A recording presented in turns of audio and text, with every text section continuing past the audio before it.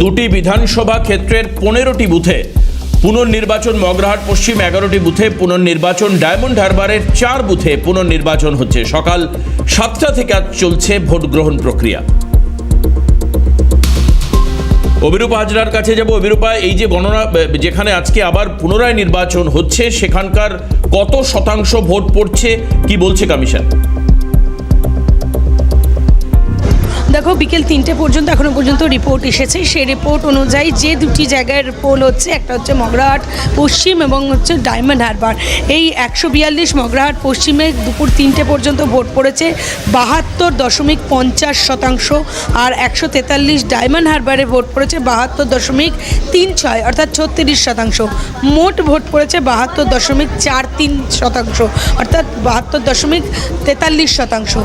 এই ভোট নেহাত কম নয় বলেই মনে করছে নির্বাচন কমিশন, এবং নির্বাচন কমিশন সূত্রের খবর মানুষ যাতে ভোটমুখী হয় এবং এই সব জায়গায় যাতে রিপোলের ক্ষেত্রে আমরা দেখেছি পূর্বের ইতিহাস ঘেটে যে মানুষ ভোটমুখী হয় না বা বুথমুখী হয় না, সেক্ষেত্রে তারা যাতে বুথমুখী হয় এমনটাই বার্তা দিচ্ছে কমিশন, এবং যাতে কোনো রকম অশান্তির সৃষ্টি না হয় সেদিকেও নজর রাখা হচ্ছে এই কয়েকটি জেলায়।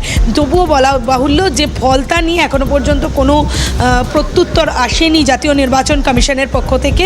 শুধুমাত্র বলা হয়েছে যে যদি প্রয়োজন হয় কমিশনের এক্সট্রা পাওয়ার খাটিয়ে ফলতাতে নির্বাচনের গণনার হয়ে যাবার পরও তারা রিপোল করতে পারেন, এমনটাই কমিশন সূত্রের খবর। তবে এখনও জাতীয় নির্বাচন কমিশনের নির্দেশের পরই সবটাই ঠিকঠাক হবে যে আদতে ফলতায় পুনর্নির্বাচন হবে কি হবে না।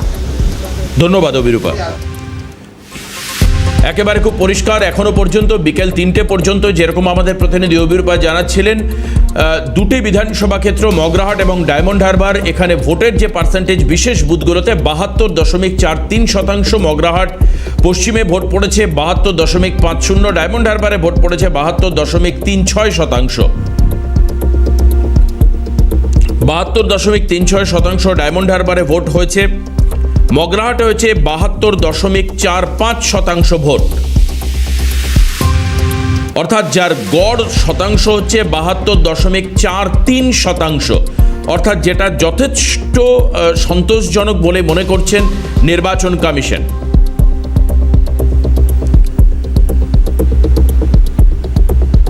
বিকেল 3টে পর্যন্ত মোট ভোট পড়েছে 72.43%।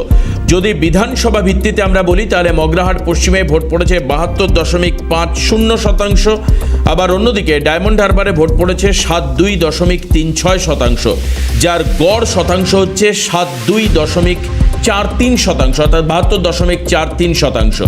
বিকেল 3টে পর্যন্ত এই ভোটের হার যথেষ্ট সন্তোষজনক বলে মনে করছে নির্বাচন কমিশন।